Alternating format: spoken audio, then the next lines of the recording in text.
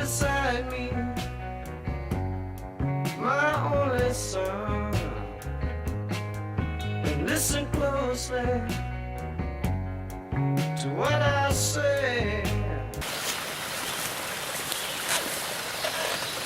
Hey, so I'm 9 miles back Stony Valley and found this old incline up here, up this stream, and I did some research.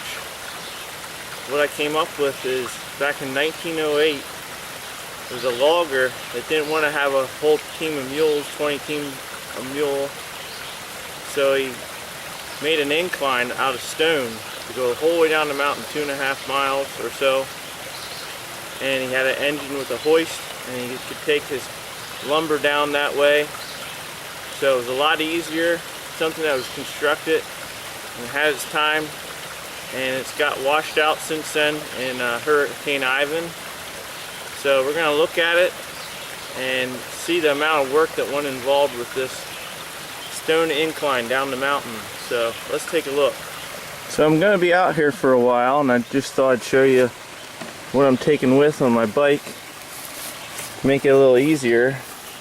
I have a haversack full of my gear I need, a military double tent. It has 2 sides that snap together, and plenty of water filtration, and I got my little cook stove and a bunch of food to take with. So that's a good way to travel light. Got a saw in here. So let's head on up the incline. Right there's a deer. We're walking up the incline right now. There's another one. And here we are.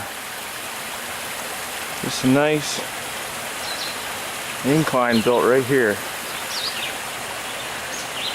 Huge stone incline. Would have took a while, but I'm sure it was worth the cost not having a team of 20 horses. So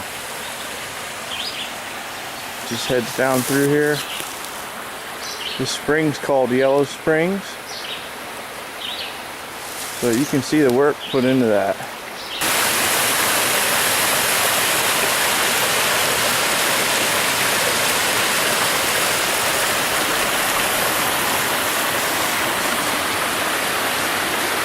A lot of erosion. So we're at this incline yet, but it's just hard to believe. A little bit of water, probably starting somewhere right here in the ground, washed all that gorge out that we saw back there. You can hear it in there gurgling, and it's working its way out. But when there's like a hurricane coming through, then it's a whole different story. That can move massive boulders, and there's proof. I mean, it's not even a nice plain to walk across anymore. It's just big rocks. Everything goes back to the way it was. And right here's what's left of the old incline. It heads up there.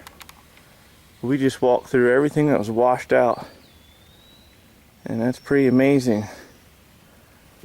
Just that little stream took care of all that. 2.5 miles worth.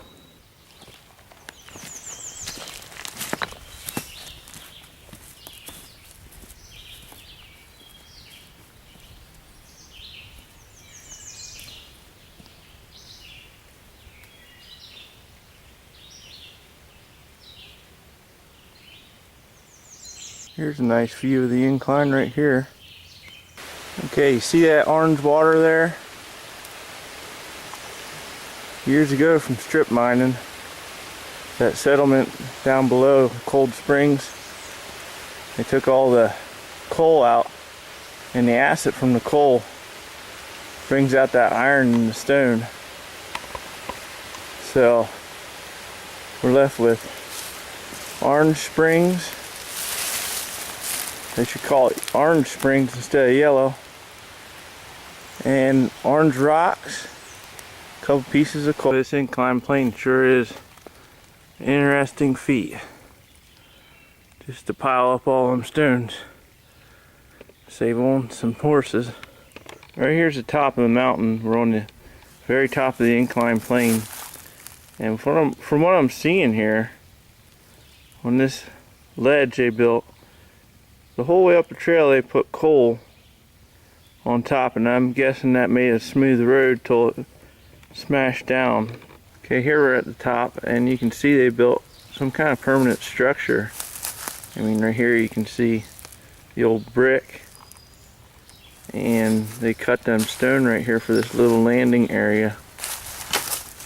I'm guessing it had something to do with the lumber they were hauling out and the horses. But here's an area, there's an old iron bar.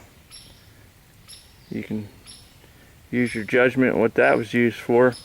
But here's a pipe next to the ground, and it looks like a culvert of some kind here. You can see the edges, cut stone here, and the wet area. So I'm guessing they had a spring, and originally they were using that team of 20 horses to haul the lumber down the mountain. So there's an old bucket they would have used.